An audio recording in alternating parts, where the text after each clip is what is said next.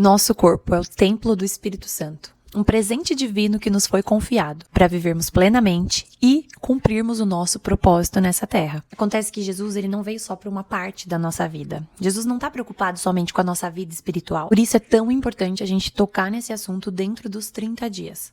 Como é que a gente está cuidando desse corpo? Alimentar o corpo com intencionalidade, praticar exercício, descansar corretamente, cultivar hábitos saudáveis, tudo isso traz honra a Deus. Ele veio para trazer vida com abundância em todas as áreas da nossa vida, corpo, alma e espírito. Eu quero ler para vocês 1 Tessalonicenses 5:23 fala assim: E o mesmo Deus de paz vos santifique em tudo, e todo o vosso espírito, alma e corpo sejam plenamente conservados, irrepreensíveis para a vinda do nosso Senhor Jesus Cristo. Se vocês precisavam de uma prova maior de que corpo, alma e espírito estão completamente ligados e que é nossa responsabilidade cuidar dos três de forma igual, eu acho que essa passagem não deixa mais dúvidas. Não tem jeito. O nosso corpo físico não é uma parte separada do que Deus espera de nós. E esse eu acho que inclusive é um dos erros principais do cristão. Separar a vida espiritual, bota lá num patamar X e ignora o corpo, ignora a vida emocional, a alma, as feridas que precisam ser tratadas, bota tudo lá para debaixo do tapete. E se você não cuida, você começa a andar em desarmonia. E aí sabe o que vira? Aquele crente hipócrita, aquela pessoa que não tem maturidade, que não tem inteligência emocional, que machuca todo mundo que chega perto dela, mas aí ela espiritualiza, né? Tudo é culpa do cão. Eu sei que o que eu tô falando hoje não é uma palavra fácil de ouvir. Não tô aqui pra acusar você e dizer se você tá certo ou errado, mas eu tô aqui pra trazer um alerta dos céus hoje pra nossa vida.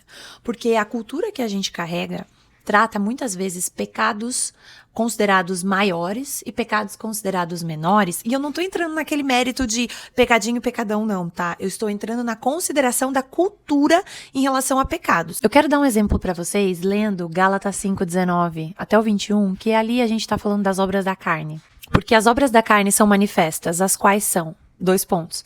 Adultério, fornicação, impureza, lascívia, idolatria, feitiçaria, inimizades, contendas, ciúmes, iras, pelejas, dissensões, heresias, inveja, homicídio, bebedice, glutonaria. Gente, vocês têm noção que homicídio tá na mesma linha de glutonaria? Eles estão no mesmo pacote. Estão sendo considerados obra da carne, um tanto quanto o outro. Tudo na mesma linha. E aí o que a gente ouve? Ah, porque crente gosta de comer. Gente, desculpa. Eu já repeti muito essa frase na minha vida, mas quando Deus começou a tratar a glutonaria na minha vida, eu nunca mais falei isso. Porque crente gosta de adorar a Deus, crente gosta de dar honra a Deus, crente gosta de ser parecido com Cristo e não ser guloso. Isso não pode ser a nossa característica. O mundo não pode nos ver desse jeito. E pior, é a gente que faz a propaganda. Em 1 Coríntios 6, 19 e 20 fala assim: Ou não sabeis que o vosso corpo é templo do Espírito Santo, que habita em vós, proveniente de Deus, e que não sois de vós mesmos, porque fostes comprado por alto preço. Agora, pois, glorificai a Deus nos vossos corpos. Cuidar do corpo não é só uma responsabilidade, é uma obediência. E isso glorifica a Deus. A gente precisa reconhecer de uma vez por todas que esse corpo aqui não é nosso, é templo do Espírito Santo. Então, todas as vezes que eu vou comer desenfreadamente, eu preciso perguntar: Espírito Santo, isso glorifica a Deus? Não se trata apenas de vaidade ou estética, mas de respeito e gratidão a Deus pelo presente que Ele nos deu. E eu sei que a maioria das coisas que eu tô falando não é novidade pra você. Mas por que ainda assim a gente ignora e não obedece? Falta de domínio próprio, talvez? Falta de foco, negligência, desobediência, desculpas? Ou talvez até autocomiseração? Eu não sei o que tem te impedido de cuidar de si mesma, mas eu sei que continuar desobedecendo isso te faz pecar. Olha o que fala em Tiago 4,17. Aquele, pois, que sabe fazer o bem e não faz, comete pecado.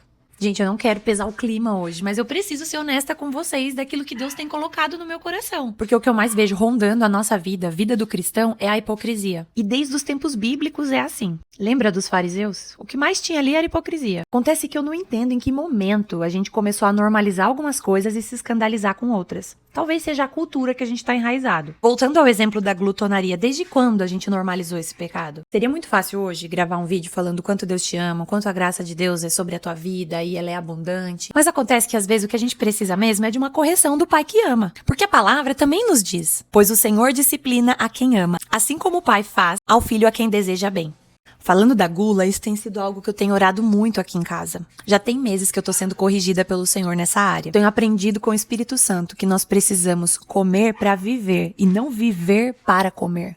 E eu não sei vocês, mas eu já passei várias fases da minha vida, principalmente as ansiosas, vivendo pra comer. Doce atrás do outro, de uma comida gostosa atrás da outra. Se eu tava estressada, eu comia. Se eu tava feliz, eu comemorava comendo. Se eu tava angustiada, eu comia. Se eu tava triste, eu comia. E isso começa a virar uma muleta emocional. E a gente não pode sair desse vídeo vivendo uma vida que confronta a palavra de Deus, que vai contra princípios e valores de Deus. E mais do que isso, é entender que o que Deus te dá, a bênção que Ele te dá, a saúde que Ele te entrega, não é só pro seu bem, é pra impactar a vida de outras pessoas. Às vezes, 1 ano de vida a mais que você tenha, pode ser mais uma pessoa que você vai lá, com a graça de Deus, falar do amor de Jesus e essa pessoa vai se converter. Aquela vida vai ser salva, vai deixar de ir pro inferno, porque você se posicionou, porque você se esforçou pro reino. Às vezes, gente, não precisa nem falar.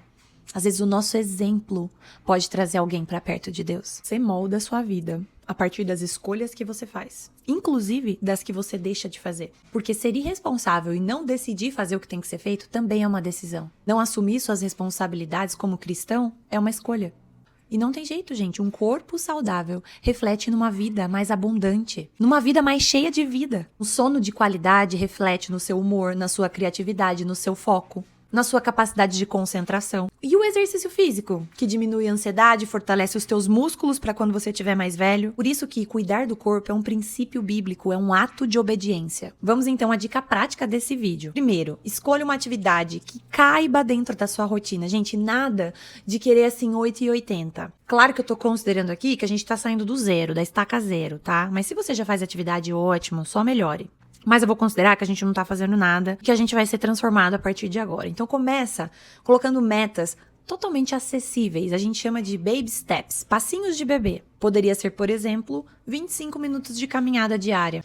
Outro ponto fundamental, hidratação regular. Seu corpo é composto por 70% de água, então assim, eu já vi muita gente falando, mas eu não consigo beber água. Gente, desculpa, se você não tem domínio próprio pra beber um negócio que não tem gosto, parou o Brasil. Vamos voltar e trabalhar isso aí em Deus, porque assim, é o mínimo. Hoje eu tô trazendo pra vocês uma parte da Tainá que assume responsabilidades, que não olha pra Deus com vitimização, falando, mas Senhor, tá tão difícil.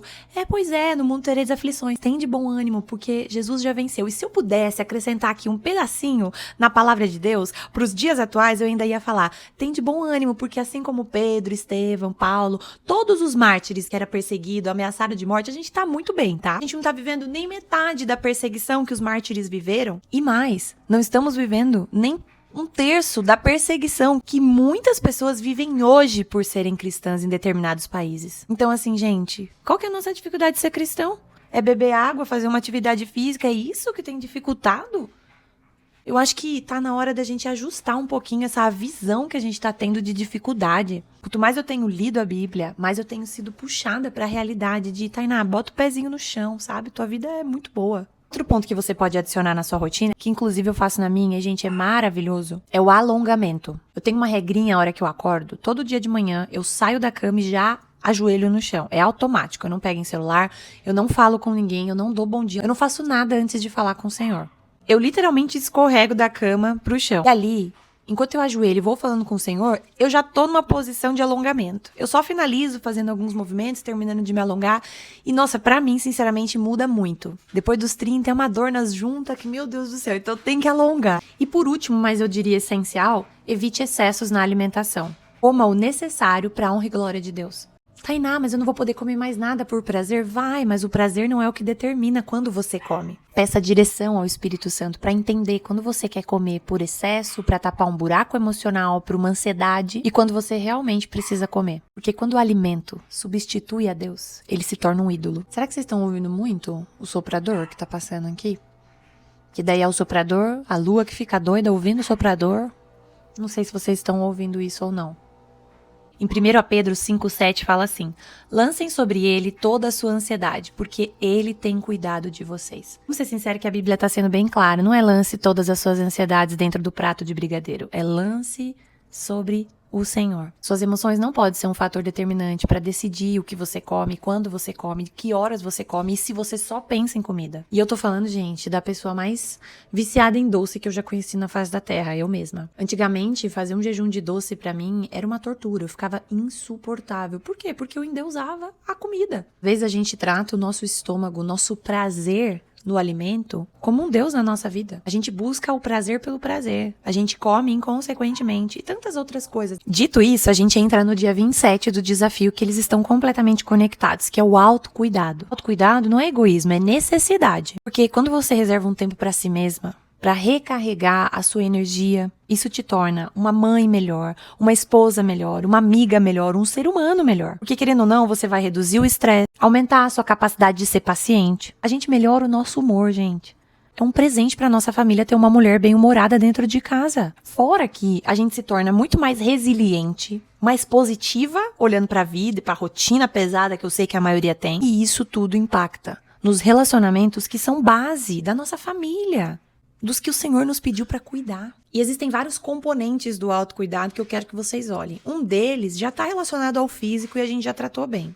O outro, por exemplo, é o mental. Um hobby pode te trazer tanta alegria numa rotina pesada, por exemplo. E pode ser que muitas de vocês falem assim, Tainá, mas eu não tenho tempo para hobby. Será mesmo, gente? Porque olha, eu vou ser bem honesta. Hoje em dia, qualquer um que a gente pegue tempo de tela do celular é no mínimo 2 horas de rede social ou perdido com outras coisas. A gente pegar 20, 30 minutos, e eu nem tô falando de uma coisa diária, pode ser uma vez na semana, que você dedique-se a uma coisa que vai te recarregar, que vai te dar prazer. Então, a parte prática do dia 27 é você fazer uma lista de pelo menos 5 coisas que te recarregam.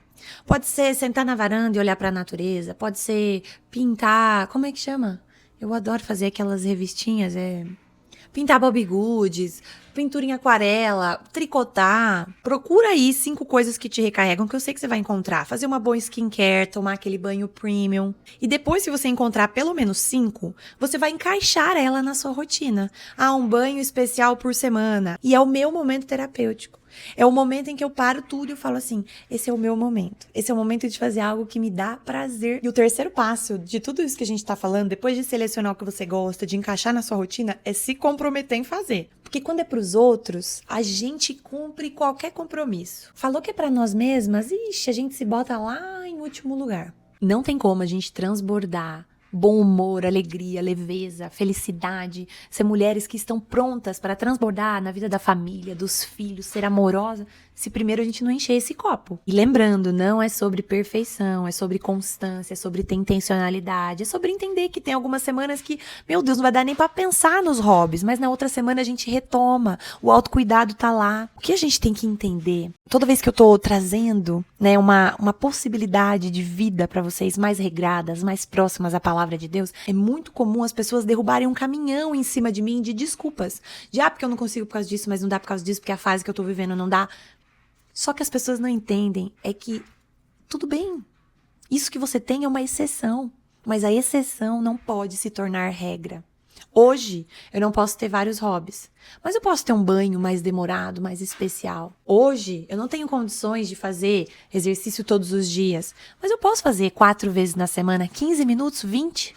Só não deixem a exceção se tornar regra na vida de vocês. São esses pequenos cuidados diários, levando com responsabilidade, com diligência ao que o Senhor entregou na sua mão, que você constrói uma vida saudável, equilibrada e cheia da presença de Deus. Quando você escolhe a disciplina ao invés da preguiça, o fazer com excelência ao invés do excesso, a entrega ao invés das desculpas, você honra a Deus com o templo que Ele te confiou e com tudo que vem ao redor disso. A gente começa a entender que a verdadeira força vem de ser guiada pelo Espírito Santo de Deus, de querer honrá-lo e agradá-lo em todas as áreas da nossa vida, com equilíbrio, propósito e liberdade. Eu sei que talvez esse vídeo vai ser um com menos visualizações. Talvez ele não vai ser o preferido da maioria, porque não é todo mundo que tá pronto pra ouvir o que a gente tá conversando aqui. Mas se você ficou até o final desse vídeo, eu quero saber. Comenta aqui embaixo, fiquei até o final, porque isso prova de que você é uma mulher interessada em agradar a Deus, mas muito mais que isso, madura, buscando se desenvolver e ser transformada pelo Espírito Santo. Ouvir uma correção de um pai que ama e se comprometer em melhorar mostra que você tem um coração ensinável. E eu louvo a Deus pela sua vida. Que Deus te abençoe e te capacite em cumprir tudo aquilo que o Senhor tem colocado a você. Deus te abençoe e eu te vejo no próximo vídeo.